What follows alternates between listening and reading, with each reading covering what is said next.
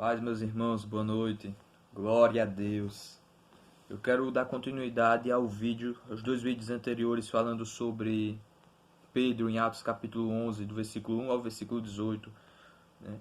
Vocês vão observar que Pedro, ao ser confrontado, ele não os ataca, né? Ou seja, Pedro não ataca os apóstolos ao ser confrontado porque ele entrou na casa, né, de gentios e comeu com eles, né? No caso foi na casa de Cornélio, porque os judeus e os gentios não se misturavam, né? E você vai observar que Pedro não chegou dizendo: vocês são um bando de carnais, eu estou vindo aqui com a notícia boa para dar para vocês e vocês me recebem dessa forma. Pedro ele não fala nesse tom, mas eu observo que Pedro ele diz, né? Ele faz uma abordagem claro, né? E objetiva. Ou seja, você ser claro e objetivo ajuda. Pedro diz: eu estava orando e enquanto eu estava orando, tive uma visão, e quando acabou a visão, esses dois homens apareceram na casa a qual eu estava hospedado, e o Espírito Santo mandou eu seguir eles, né? Ou seja, Pedro ele explica aquilo que aconteceu, né, de uma forma clara e objetiva. Isso, meus irmãos, ajuda muito. A segunda coisa que eu observo é: mantenha-se sempre positivo, mesmo que estejam te esperando com pedras na mão. Você vai observar que os apóstolos já estavam preparados para como que atacar Pedro. Por que você comeu na casa de gentios? Você não sabe que nós judeus não se misturamos com gentios, né? Ou seja, Pedro, ele chega até os apóstolos em Jerusalém de uma forma positiva, né? Ou seja, muitas vezes, meus irmãos, nós não precisamos criar problemas porque o outro está nos tratando dessa forma, né? Como Pedro foi tratado. Mas temos que ter domínio próprio, né? Temos que ser positivos, né? E Pedro, ele explica, né, o seu ponto de vista. E isso, meus irmãos, é importantíssimo, e eu vejo isso ao longo de toda a Bíblia, né?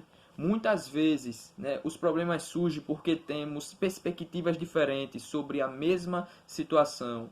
Você vai observar que quando um casal, eu acredito, né, me colocando no lugar, né, de um pastor, um exemplo, né, que eu não sou pastor, sou uma ovelha, e glória a Deus por isso, graças a Deus. A gente é só um grãozinho de areia na praia, né, para fazer para promover o reino de Deus.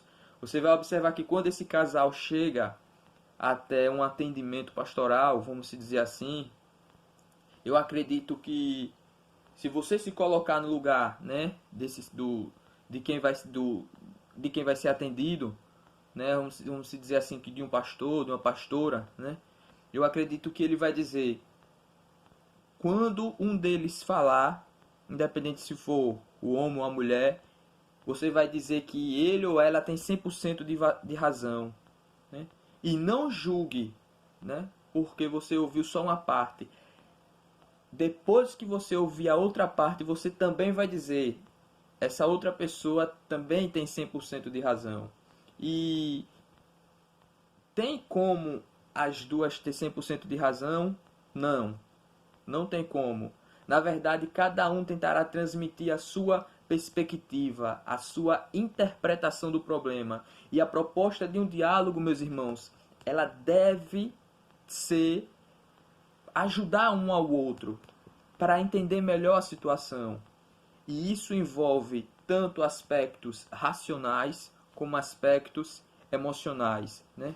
Ou seja, e eu percebo isso ao longo de toda a Bíblia, envolvendo homens de Deus, homens que serviam a Deus, né, de uma forma extraordinária.